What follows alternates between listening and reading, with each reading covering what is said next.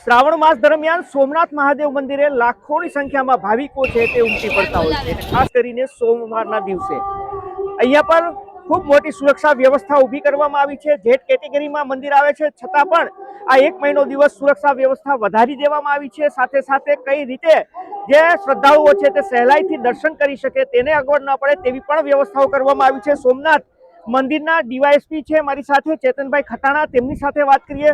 નમસ્કાર સર। વ્યવસ્થાની વાત કરવામાં આવે તો કઈ પ્રકારની હાલ સિક્યુરિટી ગોઠવવામાં આવી છે? પવિત્ર શ્રાવણ માસ દરમિયાન સોમનાથ મંદિર Z+ કેટેગરીનું સુરક્ષા કવચ ધરાવતું હોય, પોલીસ અધિક્ષક સાહેબની સૂચનાથી અહીંયા અલગ અલગ 2 શિફ્ટની અંદર ટોટલ 25 અધિકારી અને 1000 માણસોનો બંદોબસ્ત ગોઠવવામાં આવેલો છે। વહેલી સવારથી આ મંદિરની અંદર યાત્રિકોનો ધસારો હોય તેને ધ્યાનમાં લઈ LCB SOGની ટીમો ફરજ બજાવે છે, તેમજ QRT BDDSની ટીમો ફરજ બજાવે છે। ટ્રાફિક બ્રિગેડ અને ટ્રાફિકના માણસો સતત પેટ્રોલિંગ કરી છે। ઘોડેસવાર પોલીસ દ્વારા પણ પેટ્રોલિંગ રાખવામાં આવે છે અને યાત્રિકોની સુવિધાને ખાસ ધ્યાનમાં રાખી યાત્રિકો સાથે સારું વર્તન કરવા માટે પોલીસને અવારનવાર સૂચના આપવામાં છે, એને લગતી બિહેવિયર ટ્રેનિંગ પણ રાખવામાં આવેલી છે અને આ સમગ્ર શ્રાવણ માસ દરમિયાન આ રીતની વ્યવસ્થા જાળવી રાખવામાં આવવામાં। સર, કુલ કેટલા પોલીસ કર્મીઓ તૈનાત છે? મતલબ જેટ કેટેગરીમાં કેટલા હતા અને વધારો કેટલો થયો છે? રેગ્યુલર Z કેટેગરીમાં 200 ટોટલ પોલીસ ફોર્સ અધિકારી સાથે અહીંયા ફરજમાં રોજે રોજ હોય છે।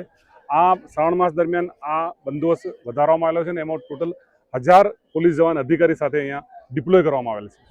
સર, કઈ રીતે એવું પોલીસ કર્મીઓને સમજાવવામાં આવ્યું છે કે સહેલાણી જે શ્રદ્ધાળુ આવે છે તેને કઈ રીતે દર્શન માટે લઈ જવા, આમાં કઈ રીતના પ્રોસેસ હોય છે? અમારા પોલીસ અધિક્ષક સાહેબની સૂચનાથી અવારનવાર બિહેવિયર ટ્રેનિંગ, યાત્રિકો સાથે કેવી રીતે વાત કરવું, વૃદ્ધ અશક્ત વ્યક્તિઓ સાથે કેવી રીતે મદદ કરવી એ અંગેની એક્સપર્ટ દ્વારા માર્ગદર્શન અને અમારા અધિકારીઓ દ્વારા પણ એની અવારનવાર તાલીમ રાખવામાં આવે છે।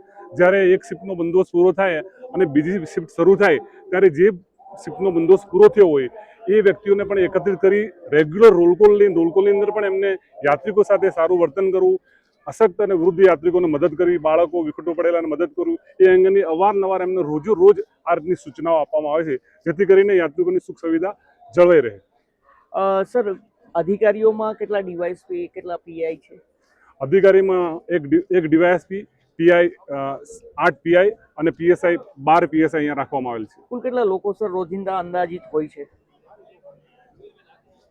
સોમનાથમાં પવિત્ર સોમવારના દિવસે આ સંખ્યા લગભગ 30 થી 25,000 જેવી અને રેગ્યુલર દિવસોમાં પણ સંખ્યા શ્રાવણ માસ દરમિયાન હોય છે, જેનું એક્ઝેક્ટ જે કાઉન્ટિંગ છે એ સોમનાથ મંદિર દ્વારા એક ઇન્સ્ટ્રુમેન્ટ દ્વારા કરવામાં આવે છે। ધન્યવાદ।